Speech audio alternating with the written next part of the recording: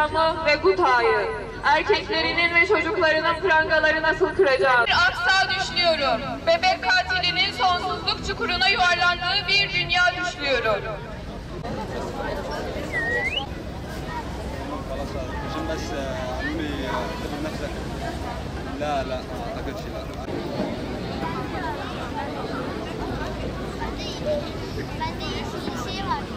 Filistinli kardeşlerimiz 75 yılı aşkın bir süredir Siyonist İsrail'in vahşeti ve zulmü altında mücadele veriyor.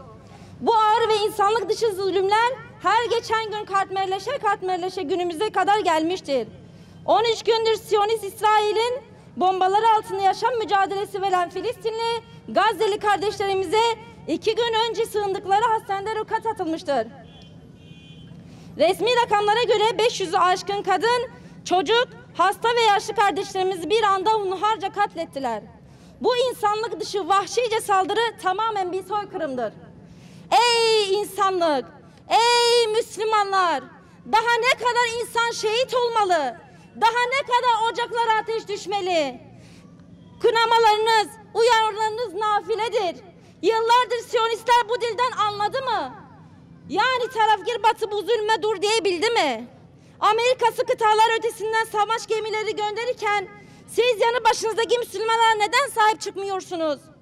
Açlıktan, susuzluktan, ilaç ve sağlık ekipmanlarının olmayışından her gün yüzlerce kardeşimiz can veriyor. Hastaneler yeterli değil.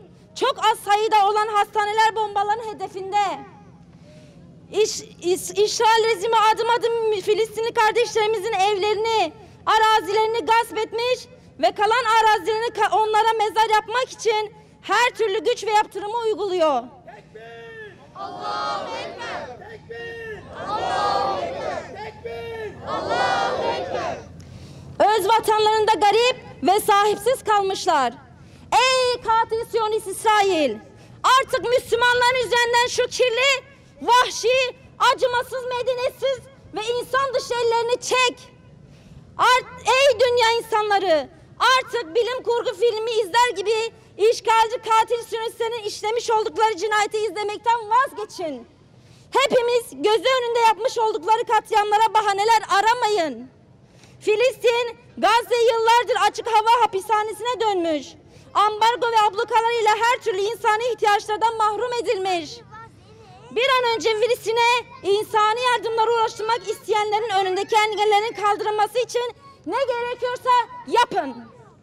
Ey dünya, ey Müslümanlar, ey kadın hakları savunucuları, sözde insan hakları savunucuları. Neredesiniz? Hangi ölü toprağın üzerine saçılmış? Bu vahşete, bu yapılan katliama ne zaman ses çıkaracak? Ne zaman dur diyeceksiniz? Siyonistlerin zalimliğine bu sessizlik neden? Filistin her gün yüzlerce çocuk, yüzlerce kadın katlediyor. Bir anne, bir kardeş, bir kadın, ey mazlum ve cesur Filistinli kardeşlerim, size yapılan işgali, barbarlığı, vahşeti, zalimleri ve tüm dünya zulümlerini lanetliyor.